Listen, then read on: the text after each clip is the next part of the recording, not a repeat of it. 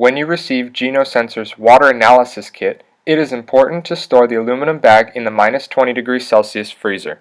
This lab can be fun for students because it is a real-world application allowing students to collect their own water samples from wherever they want and test them for possible contaminants. The aluminum bag contains 4 tubes: the PCR master mix, a positive and negative control, in addition to a DNA ladder for gel electrophoresis.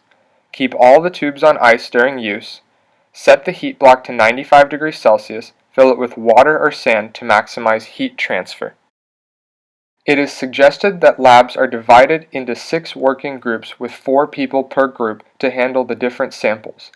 These should be 1 positive control, 1 negative control, and 2 testing samples for each group. Pipette 50 microliters of your water sample into a microcentrifuge tube. Place the samples in the heat block or water bath at 95°C for 1 minute.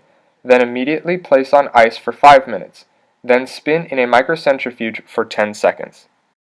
Thaw the 2x PCR master mix, then spin it in a microcentrifuge at 6,000 RPMs for 10 seconds. Vortex it for 10 seconds, then spin it again for 10 seconds. The contents of the aluminum bag contain enough samples for up to 6 lab groups.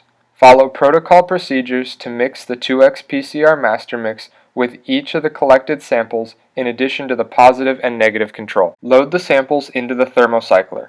Follow the PCR protocols in the manual when running the thermocycler. If there is no time to continue, store the samples at -20°C until the following lab period. When running the resulting samples through gel electrophoresis, follow standard procedures with a 1% agarose gel with DNA dye such as gel red or CyberSafe. It is best to keep the gel in the dark during the cooling and gelation process, in preparing the agarose gel as well as when running the gel. Once the gel is run, view it under UV lamp. To order kits and for more information, visit the GenoSensor website.